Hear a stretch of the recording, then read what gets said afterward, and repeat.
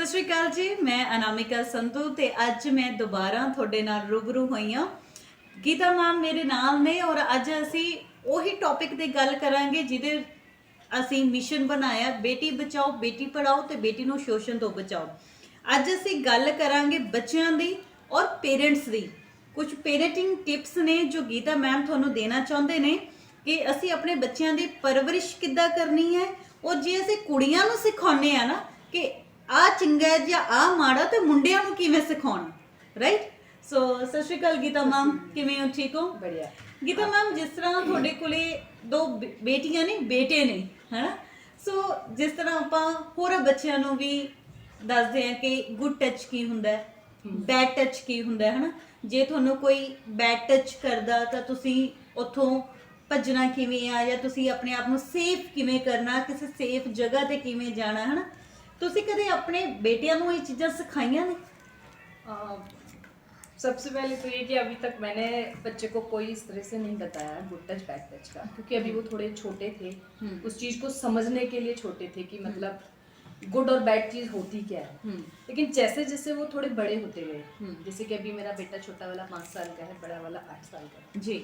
और जैसे जैसे घटनाएं घटती हैं, टीवी में लास्ट टाइम एक गुड़गांव वाले बच्चे की केस की घटना घटी थी, तो कहीं ना कहीं बच्चे ने भी जैसे वो चीज़ सुन ली, तो बच्चे ने जैसे हमसे पूछा कि मम्मा ये क्या है। उस टाइम पे हमें लगा कि अब हमें अपने बच्चे को ये चीज़ समझानी चाहिए, क्योंकि हम अपने बच्चे को घर में तो काफ़ी सेफ रखते हैं अपनी आंखों के सामने, घर से बाहर भी जाता है तो हम सोचते हैं कि हमारी आंखों के सामने रहे, लेकिन कई बार ऐसा होता है कि हम हर जगह बच्चे के साथ नहीं होते, तो हमें वो चीज़ बच्चे को समझानी बहुत ज़रूरी है। जब हम बच्चे को, जैसे छोटा बच्चा है, हम उसको नहलाते हैं तो हम उसको बताते हैं बेटा ये प्राइवेट पार्ट्स होते हैं, इनको आप वॉश करो। उसी वक्त हम कई बार बच्चे को सोचते हैं कि बातों बातों में उसको समझाएं कि बेटा प्राइवेट पार्ट्स कौन से होते हैं, कौन सी चीज़ का टच गुड होता है, किस चीज़ का टच बैड होता है, वो हम उस टाइम उसको सोचते हैं। धीरे धीरे समझाना हमने शुरू ਕੀ ਤੁਸੀਂ ਕੁਝ समझाया अपने बच्चों ਨੂੰ? हाँ, जैसे मैंने आपके कई वीडियोस देखे थे और बच्चों को स्कूल में भी समझाया। फिर बच्चे जैसे कई बार मेरे पास आते थे, बच्चे ने हमें यहाँ किस किया, लिप्स पे किस किया, तो ऐसे हमने बच्चे को बताया कि बेटा ये बैड टच है, यहाँ नहीं करना, चाहे मम्मा करे कोई दूसरा करे, आपने भी मम्मा को नहीं करना, मम्मा ने भी आपको नहीं करना। कोई भी अगर पेरेंट्स घर में करता है या बाहर भी, तो आप उसको बोलो कि no this is bad touch.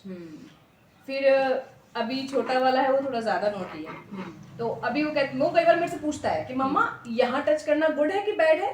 अच्छा। हाँ, वो मेरे से पूछता है मम्मा ये बैड टच है, ये यहाँ टच करना गुड है कि नहीं।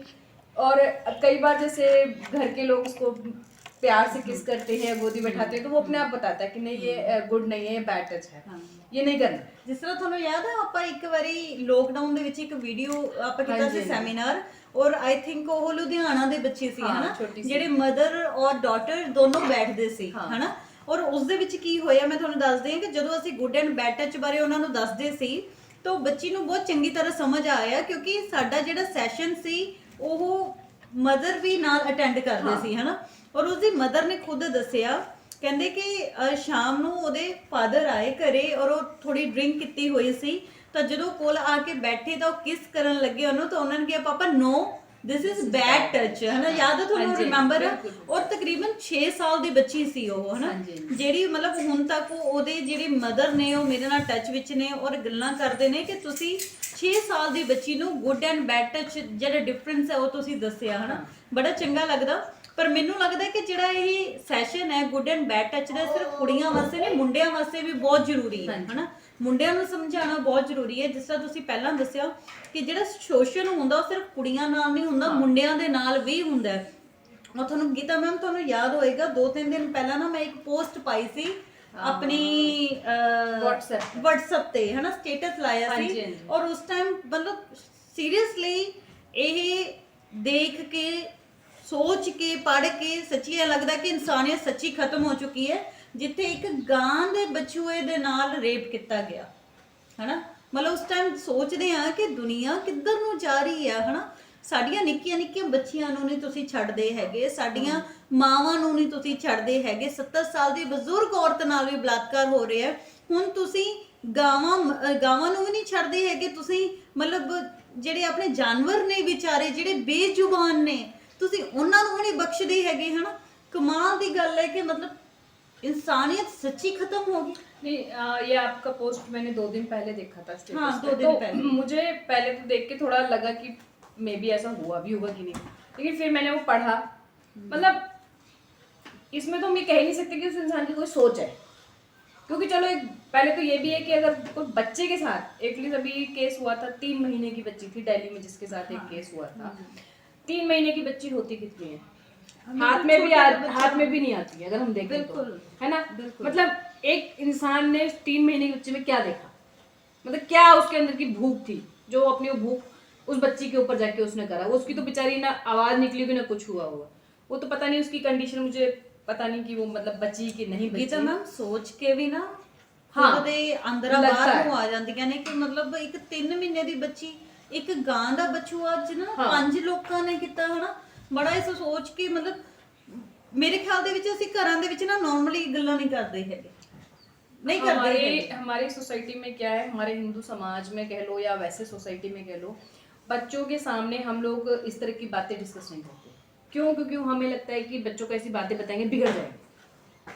ਪਰ ਮੇਰੇ ਖਿਆਲ ਦੇ ਵਿੱਚ ਆਹ ਚੀਜ਼ ਦੱਸਣੀ ਜ਼ਰੂਰੀ ਹੈ ਤਾਂ ਕਿ ਉਹਨਾਂ ਨੂੰ ਪਤਾ ਲੱਗੇ ਕਿ ਸਾਡੇ ਆਲੇ ਦੁਆਲੇ ਕਿੱਦਾਂ ਦੇ ਲੋਕ ਰਹਿੰਦੇ ਨੇ ਹਨਾ, ਇਨਸਾਨੇ, ਤਾਂ ਕਿ ਉਹ ਵੀ ਅਵੇਅਰ ਹੋ ਜਾਣ। हाँ, जैसे ये घटनाएं जो घटती हैं, चाहे बच्चे के साथ, बेटी के साथ हो या लड़के के साथ, ये करने वाला वो होता है जो घर का जानने वाला होता है, या जो जिसका आना जाना आपके यहाँ है, जो मतलब कहीं ना कहीं से आपसे रिलेटेड है। वो या तो कोई खुंदक निकाल रहा है, या फिर उसको कह लो कि हम इंसान तो कह ही नहीं सकते जो इस तरह की हरकत करते। मैं कहनी हूँ उसका इंसानियत ही खत्म है ही नहीं। वो इंसान मानसिक तौर पे बीमार हो चुके हैं। मैं तो ऐसे लोगों को इंसान मानती ही नहीं। क्यों? क्योंकि अगर इंसान होता तो उसमें कहीं ना कहीं 1% इंसानियत होती।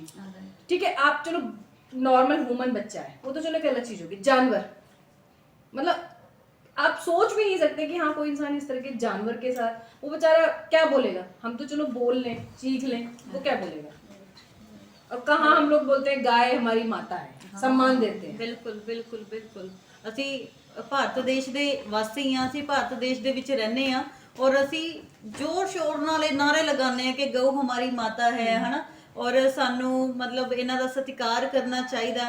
ਪਰ ਜਦੋਂ ਤੁਸੀਂ ਇੰਨੀ ਦਰਿੰਦਗੀ ਦਿਖਾਉਂਦੇ ਹੋ ਉਦੋਂ ਨਹੀਂ ਤੁਹਾਨੂੰ ਇਹ ਚੀਜ਼ਾਂ ਸਮਝ ਆਉਂਦੀਆਂ ਹੈਗੀਆਂ ਨਾ। एक चीज मैंने और देखी मैम, हम लोग बोलते हैं गाय हमारी माता है, ठीक है, और महिला को हम जब नॉर्मली होता है तो हम उसको वो सम्मान नहीं देते, लेकिन जब नवरात्रे आते हैं तो लोगों के घरों में जा जाके हाँ भाई बेटी है तो भेज दो, कंजका बेटी है तो भेज दो, कंजका के लिए बेटी को भेज दो, तब आपको बेटी याद आती है। तब बेटी याद आती है। वैसे वैल्यू अगर आप देखो, मैंने अभी भी सोसाइटी में देखा है, अगर किसी के घर बेटी पैदा हो जाए मतलब खुशी का तो माहौल रहता ही नहीं कि पता नहीं क्या होगा, क्या हो गया। कई केसेस मैंने देखे हैं कि जिसके मतलब आदमी फोन पे बताने तक जरूर नहीं समझता कि भाई हमारे घर एक खुशी आई है। और जे मुंडा होवे तो भाई ढोल बजाएंगे। हाँ, अच्छा लोग ये कहते हैं कि जांच करवाते हैं हाँ। कि बेटी है कि नहीं, हाँ। बेटा है कि नहीं, अगर बेटा है तो रखेंगे, बेटी तो गिरा देंगे। कभी कोई ये नहीं सोचता कि हम ये जांच कराए, बेटा है तो गिरा दे, बेटी है तो बचा ले। मुंडिया को कोई नहीं गिराता, कोई नहीं गिराता। क्यों? मतलब ऐसे कौन से उसमें वो है, मतलब ऐसी क्या चीज वो दे रहा है आपको। भाई केयर तो बेटी भी करती है, बेटी केयर माँ बेटा भी करता है, परवरिश दोनों को बराबर है, ठीक है। तकलीफ एक औरत को दोनों में होती है, पालन पोषण हम दोनों का बराबर करते हैं। फिर ऐसा क्या है कि भाई बेटी ना हो बेटा हो। ਔਰ ਅੱਜ ਦੇ ਕੇਸ ਦੇ ਵਿੱਚ ਕਾਫੀ ਕੇਸ ਦੇ ਵਿੱਚ ਤੁਸੀਂ ਆਪ ਵੀ ਟੀਵੀ ਤੇ ਦੇਖਦੇ ਹੋ, ਅਖਬਾਰਾਂ ਦੇ ਵਿੱਚ ਪੜ੍ਹਦੇ ਹੋ, ਜਿੱਥੇ ਮੁੰਡੇ ਸਾਥ ਛੱਡ ਜਾਂਦੇ ਨੇ, ਪੁੱਤ ਸਾਥ ਛੱਡ ਦੋ ਤਾਂ ਧੀਆਂ ਮਾਪਿਆਂ ਨੂੰ ਸਾਂਭਦੀਆਂ ਨੇ ਹਨਾ। ਐਵੇਂ ਦੇ ਵੀ ਕੇਸ ਅਸੀਂ ਦੇਖੇ ਨੇ ਬਹੁਤ ਸਾਰੇ ਹਨਾ।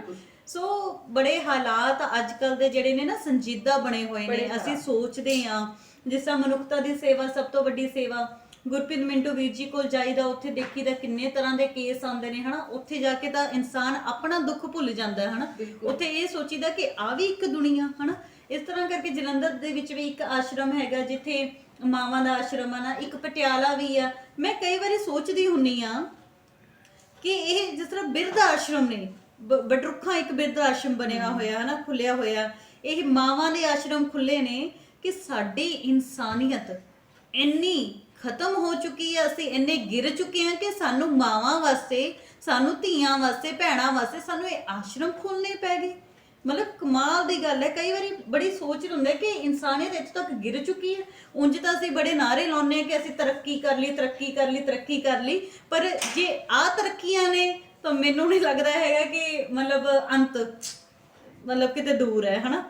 ਤੇ ਬੜੇ ਸਾਰੇ ਹੁੰਦੇ ਨੇ। ਅੱਛਾ ਮੈਮ, ਤੁਸੀਂ ਇੱਕ ਚੀਜ਼ ਦੱਸੋ ਕਿ ਪੇਰੈਂਟਸ ਨੂੰ ਜਾਂਦੇ ਜਾਂਦੇ ਪੇਰੈਂਟਸ ਨੂੰ ਪੇਰੈਂਟਿੰਗ ਟਿਪਸ ਕੀ ਦੇਣਾ ਚਾਹੁੰਦੇ ਹੋ ਕਿ ਉਹ ਆਪਣੇ ਬੱਚਿਆਂ ਦੀ ਕੇਅਰ ਕਿਵੇਂ ਕਰਨ, ਆਪਣੇ ਬੱਚਿਆਂ ਦਾ ਧਿਆਨ ਕਿਵੇਂ ਰੱਖਣ, ਉਹਨਾਂ ਦੀ ਕਾਉਂਸਲਿੰਗ ਕਿਵੇਂ ਕਰਨ, ਹਨਾ। ਕਿਉਂਕਿ ਜਦੋਂ ਵੀ ਮੇਰੇ ਕੋਲ ਸਕੂਲ ਦੇ ਵਿੱਚ ਜਦੋਂ ਵੀ ਕੋਈ ਪੇਰੈਂਟ ਆਂਦਾ ਨਾ, ਮੈਂ ਐਡਮਿਸ਼ਨ ਦੇ ਟਾਈਮ ਵੀ ਔਰ ਵੈਸੇ ਵੀ ਉਹਨਾਂ ਨੂੰ ਇਹੀ ਗੱਲ ਦੱਸਦੀ ਹੁੰਦੀ ਆ ਕਿ ਬੱਚਾ ਇੱਥੇ ਸਕੂਲ 'ਚ ਪੜ੍ਹ ਰਿਹਾ, ਠੀਕ ਹੈ, ਲੇਕਿਨ ਤੁਸੀਂ ਚਾਹੇ ਵਰਕਿੰਗ ਹੋ ਚਾਹੇ ਨਾਨ ਵਰਕਿੰਗ ਹੋ, 1 ਘੰਟਾ ਐਟਲੀਸਟ ਆਪਣੇ ਬੱਚੇ ਨੂੰ ਜ਼ਰੂਰ ਦਿਓ, ਹਨਾ।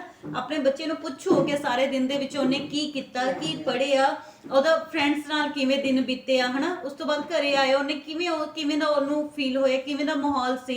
ਐਗਜ਼ਾਮ ਨੇ ਤਾਂ ਹੁਣ ਐਗਜ਼ਾਮ ਡੇਜ਼ ਆ ਗਏ, ਤਾਂ ਐਗਜ਼ਾਮ ਉਹਦੇ ਕਿਵੇਂ ਨੇ, ਹਨਾ, ਉਹਨਾਂ ਦੀ ਪ੍ਰੈਪਰੇਸ਼ਨ ਕਿਵੇਂ ਚੱਲ ਰਹੀ ਹੈ, ਹਨਾ।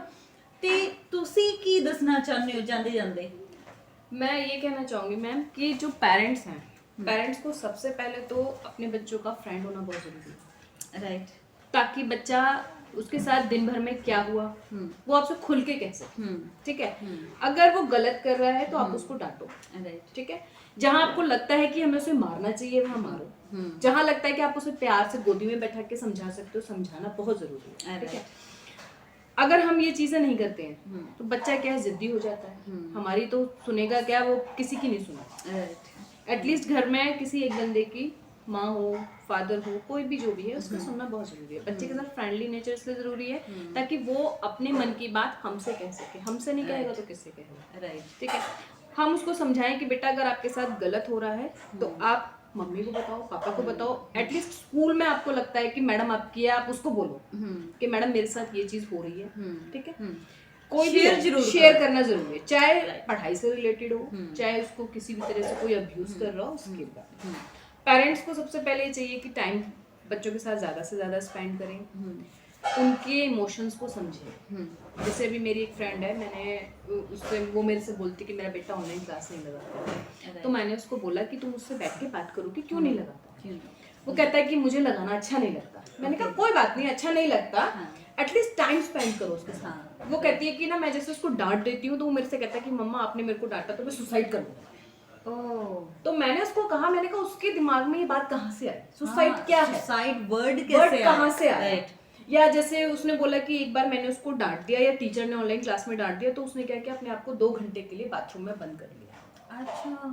तो मैंने उसको पूछा कि क्या तुमने पूछा उससे बैठ के, कहती नहीं, मैंने अपने हस्बैंड से डिस्कस किया तो हस्बैंड बोलते हैं कि कोई बात नहीं, नॉर्मल है। मैंने कहा ये नॉर्मल नहीं है। मैंने कहा अभी जिसे तुम नॉर्मल समझ रहे हो वो नॉर्मल नहीं है। आप बच्चे को बैठाओ, उससे प्यार से बात करो। एटलीस्ट हो सकता है वो एक साथ आपसे अपने मन की बात ना करे, लेकिन आप जब उसके साथ धीरे धीरे टाइम स्पेंड करोगे तो वो अपनी प्रॉब्लम आपके साथ शेयर करेगा, राइट। फिर उसको वो चीज़ थोड़ी समझ आई, उसने उसके साथ टाइम स्पेंड किया, उसने थोड़ा मतलब बच्चे ने उसके साथ एक कनेक्शन बनाया। लेकिन एक चीज़ सबसे बड़ी बात ये कि उसमें मैंने देखा कि उसकी गलती और उसके हस्बैंड की गलती बहुत ज़्यादा थी, क्योंकि कई बार क्या होता है जो हमारे घरेलू झगड़े होते हैं माँ बाप के, बच्चों के सामने, वो बच्चों के सामने नहीं होने चाहिए। बच्चों के सामने अगर हो भी रहे हैं तो पेरेंट्स को सोचना चाहिए कि भाई हमारा बच्चा देख रहा है, हम क्या बोल रहे हैं, अपना स्टॉप हो जाओ, राइट। उस चीज़ का बहुत फर्क पड़ता है, राइट। उस चीज़ में क्या है, बच्चे की मासूमियत खो गई, बच्चे का बचपन चला गया। माँ को जब ये चीज़ एहसास हुआ तब तक बच्चे का बचपन निकल गया। उसने वो चीज़ महसूस ही नहीं करी कि बच्चे को स्कूल जाना है तो मैं उसको वैन में बैठाऊं, या जब बच्चा स्कूल से आ रहा है तो मतलब मैं उसका वेट करूं, उसको लूं, गोदी में लूं, हक करूं। आते ही हम लोग क्या कहने लगते, बेटा जाके कपड़े चेंज करो। हम कई बार ये नहीं होता कि बच्चे को गोदी में ले, मतलब उसको प्यार से मतलब हक करें, पुचकारें कि बच्चा, ताकि बच्चा खुश हो जाए। उसको लगता है कि नहीं मम्मी ने कह दिया बस बेटा जाके यूनिफॉर्म चेंज करो। अगर हम मतलब बच्चे को थोड़ा स्पर्श एक माँ का होता है वो करते हैं तो मैंने देखा बच्चा बड़ा खुश होता है, वो अपने आप सब कुछ बताता है कि मम्मा आज स्कूल में ये हुआ, आज मैडम ने ये कराया, आज मैंने ये एंजॉय किया। मेरे दोनों बच्चे जब स्कूल से आते हैं सबसे पहले आके मेरे पास आके एकदम चिपक जाते हैं, हक करते हैं, काफी देर तक सारा बताते हैं। मैंने देखा। उसके बाद वो जाके मुझे फिर मतलब मेरे को कई बार बोलना पड़ता है बेटा कपड़े चेंज कर, फिर जाके वो कई बार सुन के कपड़े चेंज करते, लेकिन वो मेरे से कभी कोई चीज़ छुपाते नहीं। राइट। वो भले ही पापा से एक बार डर के बारे ना कहें कि पापा डांटेंगे, तो वो हमेशा मेरे से हर बात शेयर करते। माँ के नाल अटैचमेंट हाँ, दोनों का ज़्यादा। राइट। और ये ज़रूरी नहीं है कि हम बैड टच या गुड टच बेटियों के लिए ज़्यादा जरूरी है, बेटों के लिए सबसे ज़्यादा जरूरी। बेटों को ये सिखाना बहुत ज़रूरी है कि बेटा नो मतलब नो। हाँ, चाहे कोई छोटी बच्ची नो कह रही हो, चाहे कोई बड़ी बच्ची नो कह रही हो, उसे रेस्पेक्ट करवाना, एक वुमेन की रेस्पेक्ट, एक बच्ची की रेस्पेक्ट बहुत जरूरी है। अगर हम वो नहीं सिखाएंगे तो बच्चा कभी लाइफ में किसी को रेस्पेक्ट नहीं देगा। कई बार हमने देखा है बच्चा घर में ऐसी कुछ बोल देता है तो हम उसको हंसी में ले लेते हैं। हाँ, वहाँ पेरेंट्स उसको डांटते नहीं कि बेटा वो आपके बड़े हैं। जैसे कई बार मेरे बच्चे भी हैं, कई बार दादी को बोल देते हैं या ऊंचा बोल देते हैं, तो मैं खुद उनको कहती हूँ कि बेटा नहीं, वो बड़े हैं, बड़े हैं, आपको उस तरह से नहीं बात करनी। क्योंकि अगर हम आज नहीं रोकेंगे, हाँ, तो वो कल को और ज्यादा करेंगे। राइट, है ना। या जैसे किसी की सुन ली उन्होंने कोई बात कि हाँ भाई वो ऐसे बोल रहा है, उन्होंने हाँ कि वो चीज़ बोली। कई बार पेरेंट्स मजाक में लेते हैं कि हाँ हमारा बच्चा एक एक्टिविटी सी कर रहा है, हाँ वो ठीक है कि आपने उसको एक समय थोड़ा सा एंजॉय कर लिया, लेकिन आपको उसे समझाना भी जरूरी है कि बेटा जो आप सीख के आए उसका मतलब क्या है। आप अपने मुंह से कुछ भी ऐसा बोल दिया, एटलीस्ट आपको पता होना चाहिए क्या बोल रहे हैं। जैसे जैसे बच्चों की उम्र होती बढ़ती है, बच्चों के सवाल बढ़ते हैं। हाँ राइट, बच्चे बहुत से ऐसे सवाल पूछ जाते हैं जिनका पेरेंट्स को भी जवाब देना मुश्किल हो जाता है। राइट, बहुत राइट। जैसे आजकल के माहौल को देखते हुए बच्चों कई बार पूछ लेते हैं मम्मा रेप क्या होता है। हाँ, वहाँ हमें बच्चों को समझाना बड़ा मुश्किल है। तो क्योंकि आजकल ਜਿਹੜੇ ਹਾਲਾਤ ਨੇ ਬੜੇ ਬੱਤਰ ਹੁੰਦੇ ਜਾ ਰਹੇ ਨੇ। ਔਰ ਜਦੋਂ ਅਸੀਂ ਅਖਬਾਰ ਚੱਕਦੇ ਆ ਸਵੇਰ ਦੀ ਜਾਂ ਅਸੀਂ ਟੀਵੀ ਔਨ ਕਰਦੇ ਆ ਤਾਂ ਸਵੇਰੇ ਸਵੇਰੇ ਬੜੀਆਂ ਐਵੇਂ ਦੀਆਂ ਦੁਖਦਾਇਕ ਜਿਹੜੀਆਂ ਖਬਰਾਂ ਨੇ ਸਾਨੂੰ ਸੁਣਨ ਨੂੰ ਮਿਲਦੀਆਂ ਨੇ, ਸਾਨੂੰ ਦੇਖਣ ਨੂੰ ਮਿਲਦੀਆਂ ਨੇ। ਉਸ ਸਮੇਂ ਇਨਸਾਨ ਖੁਦ ਸੋਚਣ ਤੇ ਮਜਬੂਰ ਹੋ ਜਾਂਦਾ ਹੈ ਕਿ ਸਾਡੇ ਦੇਸ਼ ਦੇ ਵਿੱਚ, ਸਾਡੇ ਇੱਥੇ ਸਟੇਟ ਦੇ ਵਿੱਚ, ਪੰਜਾਬ ਦੇ ਵਿੱਚ ਕੀ ਹੋ ਰਿਹਾ ਹੈ ਨਾ। ਤੋ ਬੜਾ ਕਹਿੰਦੇ ਨੇ ਕਿ ਸੰਜੀਦਾ ਮੁੱਦੇ ਨੇ ਹਨਾ ਇਹ। ਸੋ ਬੜਾ ਚੰਗਾ ਲੱਗਿਆ ਮੈਨੂੰ ਤੁਹਾਡੇ ਨਾਲ ਗੱਲ ਕਰਕੇ ਗੀਤਾ ਮੈਮ। ਬੜਾ ਤੁਸੀਂ ਡਿਟੇਲ ਦੇ ਵਿੱਚ ਸਾਡੇ ਨਾਲ ਗੱਲਾਂ ਕੀਤੀਆਂ, ਮੇਰੇ ਨਾਲ ਗੱਲਾਂ ਕੀਤੀਆਂ। ਔਰ ਮੈਨੂੰ ਲੱਗਦਾ ਕਿ ਕਦੇ ਆਪਣੀ ਇੰਨੀਆਂ ਗੱਲਾਂ ਹੋਈਆਂ ਨਹੀਂ ਹਨਾ, ਕਿਉਂਕਿ ਫੋਨ ਦੇ ਉੱਪਰ ਮਤਲਬ ਬਿਜ਼ੀ ਰਹਿੰਦੇ ਆ, ਲੇਕਿਨ ਇੰਨੀਆਂ ਗੱਲਾਂ ਨਹੀਂ ਹੋ ਪਾਉਂਦੀਆਂ ਹੈਗੀਆਂ। ਔਰ ਉਮੀਦ ਕਰਦੀ ਹਾਂ ਕਿ ਤੁਹਾਨੂੰ ਸਾਰਿਆਂ ਨੂੰ ਵੀ ਗੀਤਾ ਮੈਮ ਦੀਆਂ ਇਹ ਸਾਰੀਆਂ ਗੱਲਾਂ ਪਸੰਦ ਆਈਆਂ ਹੋਣਗੀਆਂ ਔਰ ਤੁਹਾਨੂੰ ਬੜਾ ਕੁਝ ਸਿੱਖਣ ਨੂੰ ਮਿਲਿਆ ਹੋਵੇਗਾ ਔਰ ਤੁਸੀਂ ਬੜਾ ਕੁਝ ਸੋਚਣ ਤੇ ਮਜਬੂਰ ਵੀ ਹੋ ਗਏ ਹੋਵੋਗੇ ਕਿ ਸਾਡੇ ਬੱਚਿਆਂ ਨੂੰ ਅਸੀਂ ਕੀ ਸਿਖਾਉਣਾ ਚਾਹੀਦਾ ਔਰ ਕਿੰਨਾ ਕੁ ਸਮਾਂ ਦੇਣਾ ਚਾਹੀਦਾ ਹਨਾ। ਤੋ ਬੜਾ ਚੰਗਾ ਲੱਗਦਾ ਐਵੇਂ ਦੀਆਂ ਸ਼ਖਸੀਅਤਾਂ ਨੂੰ ਮਿਲ ਕੇ ਔਰ ਜਿਹੜੇ ਸਾਨੂੰ ਬੜਾ ਕੁਝ, ਕਿਉਂਕਿ ਵਿਊਜ਼ ਹਰ ਇਨਸਾਨ ਦੇ ਆਪਣੇ ਆਪਣੇ ਹੁੰਦੇ ਨੇ ਹਨਾ। ਤੁਸੀਂ ਮੈਨੂੰ ਤਾਂ ਸੁਣਦੇ ਹੀ ਰਹਿੰਦੇ ਹੋ, ਪਰ ਮੈਂ ਕੋਸ਼ਿਸ਼ ਹੁਣ ਦੁਬਾਰਾ ਸ਼ੁਰੂ ਕੀਤੀ ਆ ਕਿ ਮੈਂ ਆਪਦੇ ਨਾਲ ਕੁਝ ਐਵੇਂ ਦੀਆਂ ਸ਼ਖਸੀਅਤਾਂ ਜੋ ਮੇਰੇ ਨਾਲ ਜੁੜੀਆਂ ਹੋਈਆਂ ਨੇ ਉਹਨਾਂ ਨੂੰ ਤੁਹਾਡੇ ਰੂਬਰੂ ਜ਼ਰੂਰ ਕਰਾਵਾਂ। ਔਰ ਜਿਹੜੇ ਮੇਰੇ ਵਿਊਜ਼ ਨੇ, ਮੇਰੇ ਵਿਊਜ਼ ਦੇ ਨਾਲ ਜਿਹੜੇ ਮੇਰੇ ਵਿਚਾਰ ਨੇ, ਉਹਨਾਂ ਦੇ ਵਿਚਾਰ ਵੀ ਅਸੀਂ ਸਾਂਝੇ ਕਰੀਏ, ਅਸੀਂ ਬੈਠੀਏ, ਗੱਲਬਾਤ ਕਰੀਏ, ਤਾਂ ਕਿ ਸਾਡੇ ਜਿਹੜੇ ਸਮਾਜ ਦੀ ਜਿਹੜੀ ਸੋਚ ਹੈ ਉਹਨੂੰ ਅਸੀਂ ਬਦਲ ਸਕੀਏ ਹਨਾ। ਤਾਂ ਦੁਬਾਰਾ ਫੇਰ ਮਿਲਾਂਗੇ ਨਵੇਂ ਐਪੀਸੋਡ ਦੇ ਵਿੱਚ, ਨਵੇਂ ਇੱਕ ਸ਼ਖਸੀਅਤ ਦੇ ਨਾਲ, ਇੱਕ ਪਰਸਨੈਲਿਟੀ ਦੇ ਨਾਲ। ਔਰ ਉਮੀਦ ਕਰਦੀ ਹਾਂ ਕਿ ਤੁਸੀਂ ਮੇਰੇ ਚੈਨਲ ਨੂੰ ਸਬਸਕ੍ਰਾਈਬ ਜ਼ਰੂਰ ਕੀਤਾ ਹੋਏਗਾ, ਨਹੀਂ ਕੀਤਾ ਤਾਂ ਕਰ ਲਓ।